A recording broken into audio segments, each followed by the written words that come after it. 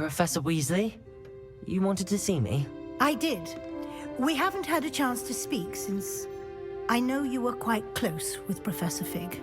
Hogwarts won't be the same without him. No, it won't.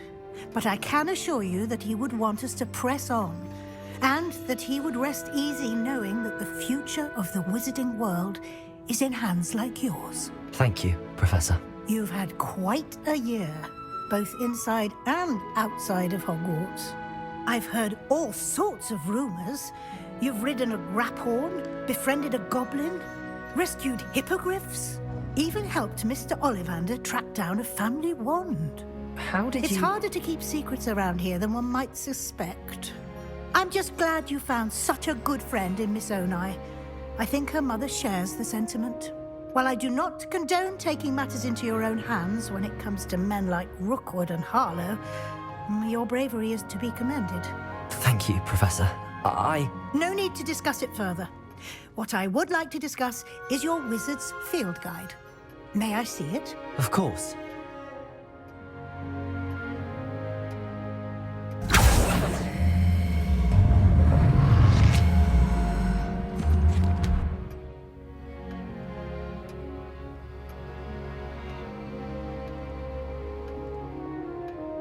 What do you think, Professor? I think you've been busy this year.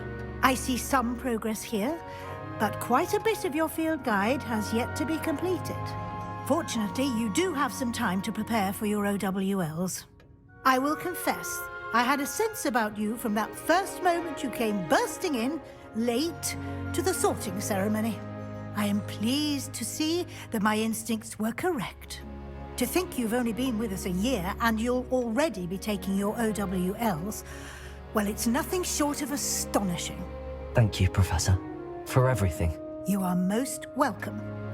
I look forward to seeing what you do during the rest of your time with us.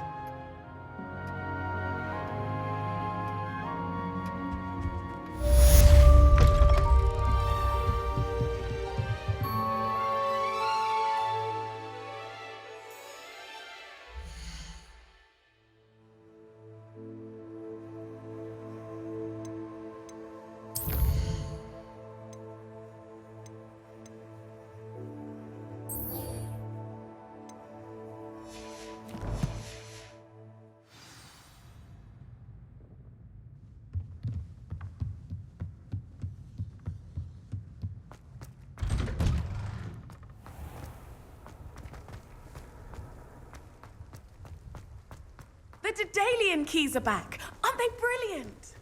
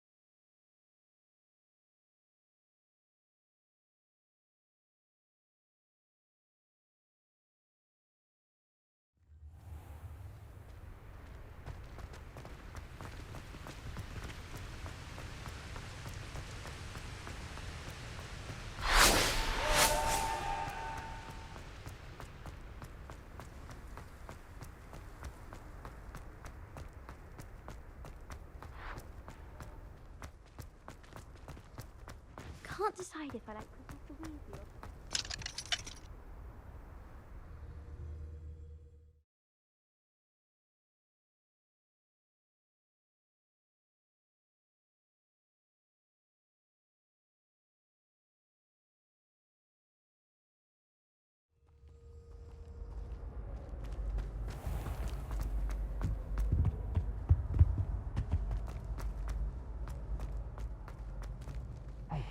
It's me, Gareth. Do you have a moment?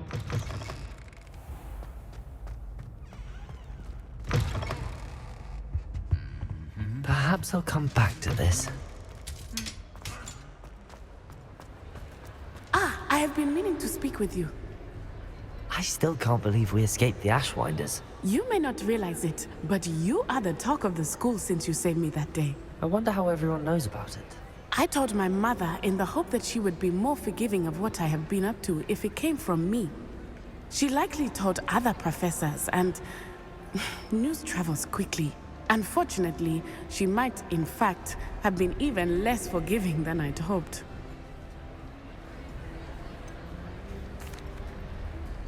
I don't blame her for being concerned. We have been involved in some dangerous activities. As the Ashwinders were locking me up and threatening my life, it did occur to me that my mother may have been right.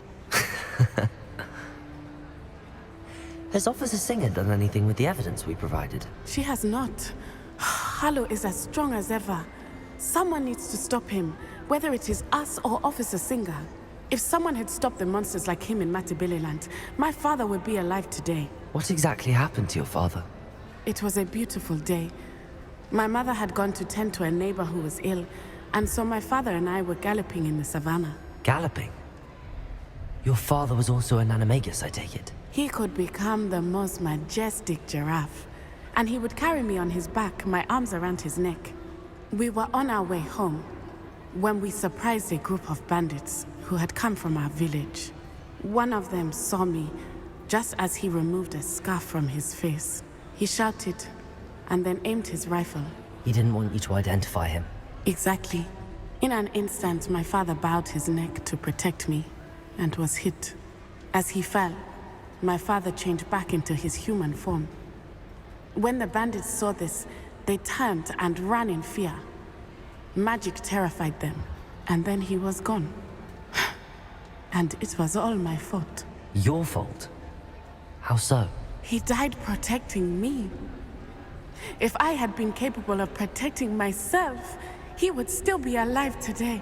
My mother and I tried to go on without him, but it became too much for us there. A few years later, we left to come to Scotland. I'm sorry, Natty. I can't imagine what you've been through. Your father sounds exceptional. He was truly extraordinary. And thank you for your kind words. We all have our burdens. My father had a saying about that. Yes, I remember. Rain does not fall on one roof alone. Exactly. Soon you and I will put an end to the Ashwinders. Rookwood is already gone. Harlow will be next. We are making progress, and we will succeed. Thank you again for saving me. You deserve all of the praise you have received.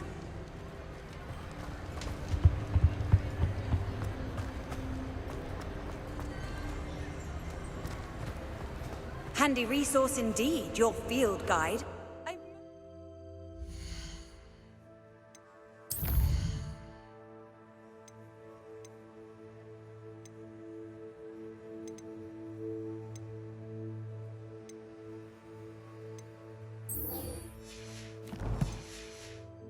Pleased to be included.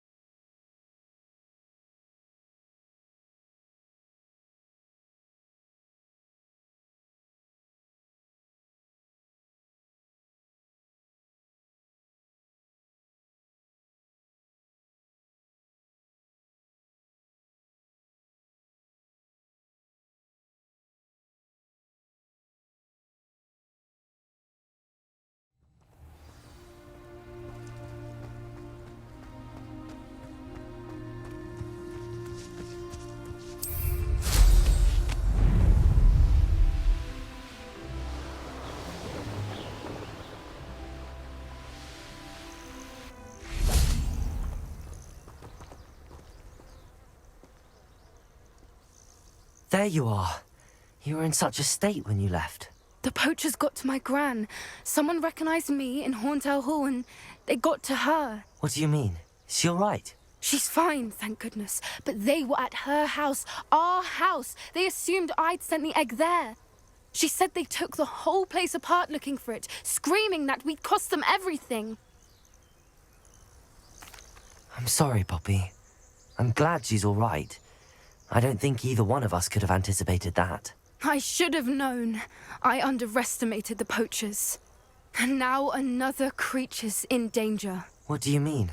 The poachers refused to leave empty-handed, so they took valuable journals that Gran had discovered when she was researching rare creatures. One of them contained theories about a secret hiding place of the Snidget, long thought to be extinct. I take it you aren't going to let the poachers anywhere near the Snidgets. Gran wants me to stay out of it, but I know she's devastated that poachers might go after the Snidgets, if they still exist. We had the element of surprise on our side when we saved that dragon, but the poachers will be watching for us now. We need allies. Others who hate the poachers enough to help us, who value creatures as much Merlin's beard! You're a genius! The centaurs! They'd want the Snidgets protected at all costs. Sounds as if we need to go and talk to the centaurs. We'll need to be careful in how we approach them. Tensions with them are high. Still, I think they may be our only hope. Let me think on it. I'll let you know as soon as I have a plan.